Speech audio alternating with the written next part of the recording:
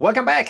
Fresh week of trading, an important week as usual, Monday, 30th of March. Why is it important? Because we got another 2 trading days until the month of March is over, and that might set the tone for the next couple of trading weeks moving forward. Plus, early days in April coming soon, we have definitely, as always, the non-farm payrolls report. How this might act in markets and how this might influence market is what we want to discuss in our session as well today. So markets have been in a very much negative mode in the recent couple of weeks. Obviously, geopolitical tensions on the rise with the attack on Iran initiated by the Israelis and the United States. Obviously, Iran retaliating, and now the debate might even go further, which we also will debate medium term in our session.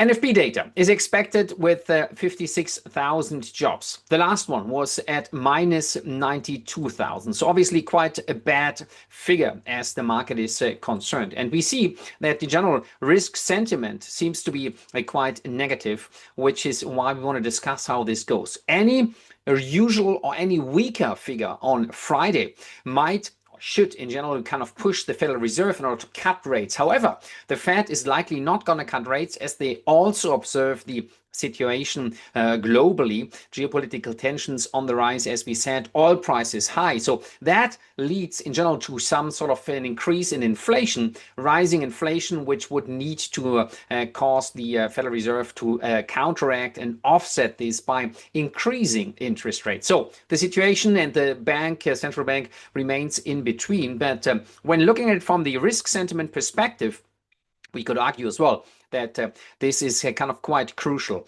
Any rallies in a dollar weakness might be sold. And let's have a look on the Aussie US dollar currency pair. Currently, we're in a short trade here in this one. We sold all the way up here. The market, based on this technical resistance area, keeps falling, retracing somehow, but it looks like the downtrend here is well established for now at least. And the falling price motivation here, as we can observe, based on medium-term and long-term charts, might tell us. We also see a huge and nice bearish candlestick pattern. We've seen something like this in the past, right? And we are about to form something. What if this candlestick weakens even more today and tomorrow, leading to another break in the market momentum? We've seen this several times in the past where the market, maybe not so much here, but after breaking a trend line, was basically falling. And as we said, this could actually even escalate further as geopolitical tensions will grow. The story as well is, will markets kind of rise anytime in the near future? If the situation, if the war, if the attacks, if retaliations remains over, or will be over, is that going to help stock markets to basically rise in the near term? Straight answer, not, or not likely. Why that? The longer the situation takes or drags on, the more kind of damage is being done. Obviously, we have the demand side in the oil markets. The rising prices cause that inflationary pressure is going to increase as well. And that might mean that medium term, over the next 2-3 months or so, maybe potentially the negative data from the economy, from general economies will come back. And these are expected to be rather negative. Those negative data points might actually point to another decrease in markets. Looking at the oil market, we see that it has been rising in kind of interesting and highly volatile manner. Last week when we spoke, oil was low and it looked like it's going to weaken further. Looked interesting. However, this was not happening. Instead, the market was starting to rise again. And we see now that the increase in motivation, the increase above the 100 US dollar level looks kind of likely to continue. That was the daily chart. We saw, or we see on the weekly chart last week, where the retracement here initially to the downside and then it pushed the market back higher is something which is nicely tradable, a technical pin bar candle. Now, we don't want to trade the oil market in particular at the moment, not based on only technical charting patterns. Too much is being involved in oil and in general. But this looks like, from the technical pattern at least alone, that the market is keen on moving higher, and any idea any approach to this might be if you believe that the market will eventually fall again, which it had always in the past after such a shock situation. You might be interested to kind of sell into that rally, but with very low quantities, obviously not on margin or not with leverage, if that is concerned. Looking at the S&P, as we said, weakening further. We've broken the important support zone. That is the 50 moving average. And that's all the same for all major indices. The S&P 500, lower. That's the area I talk about. And we've seen this here in April. There was a different situation when US President Donald Trump imposed sanctions, basically not sanctions, but his tariffs, global tariffs. But that caused the markets to weaken below this zone, retracing higher to then eventually fall on a big manner. Whether this can be the case, the same case here, that the market will rise or not, depends maybe on the fundamental data. On Wednesday, we got the ADP employment change data, right? So that could be something interesting to focus on as well. If that one kicks in, and it's expected slightly different, slightly on the weaker side, but this is the real employment data if we want to, right? So from this automated data processing company, payrolls and stuff.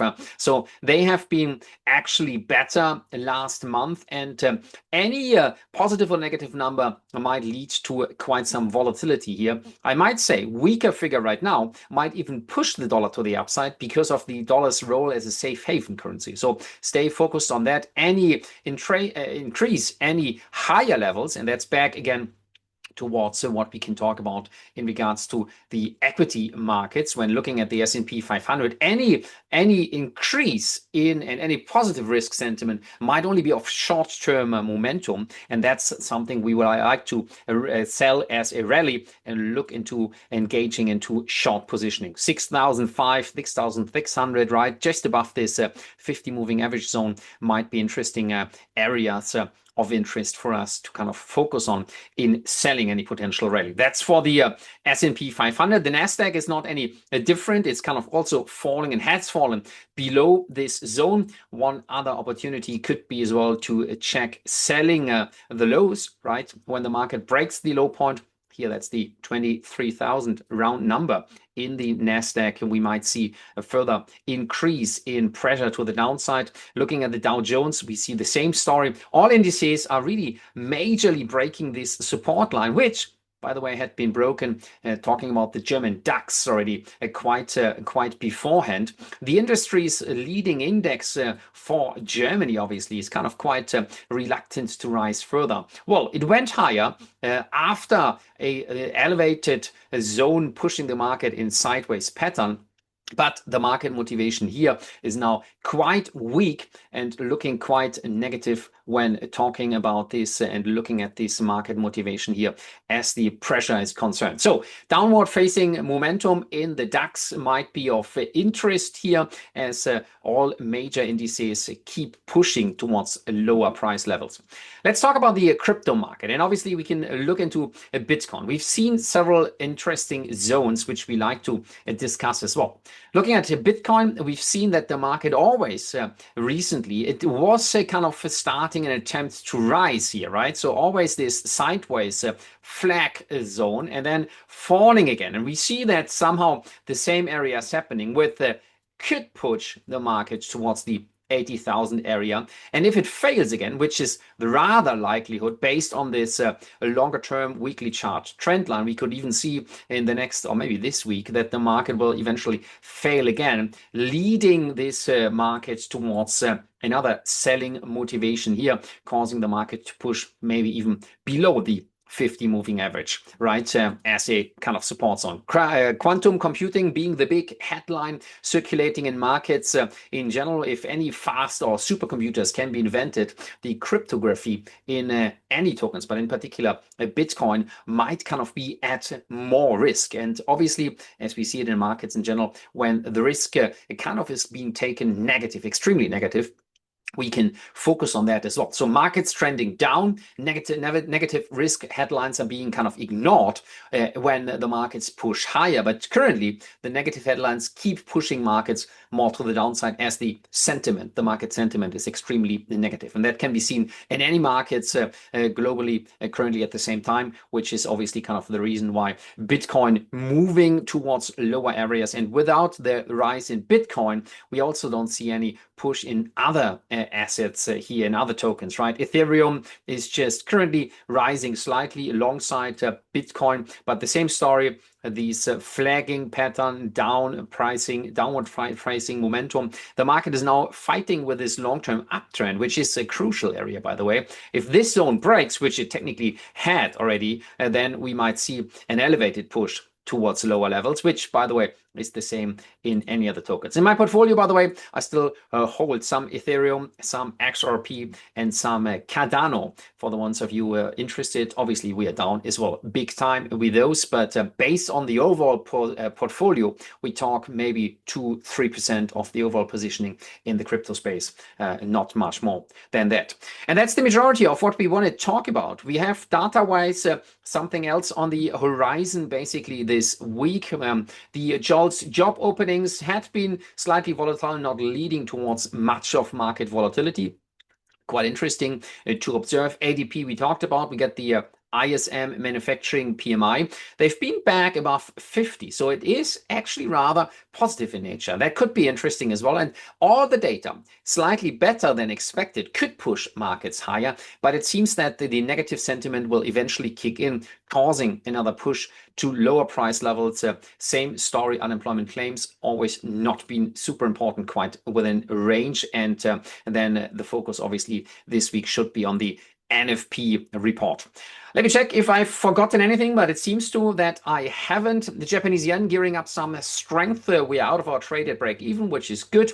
We increased, we had the dollar Japanese yen buy trade. We increased the stop loss to entry. We get stopped out at zero risk, obviously. And we see that maybe there might be some action from the Bank of Japan, at least, who spoke about this early on. We see at least that all Japanese yen pairs keep pushing slightly lower. So we focus on the other markets as usual. Guys, happy trading. Have a good trading week. Please leave your comments under the video and don't forget to subscribe to our channel to not miss any further updates. See you in our next video.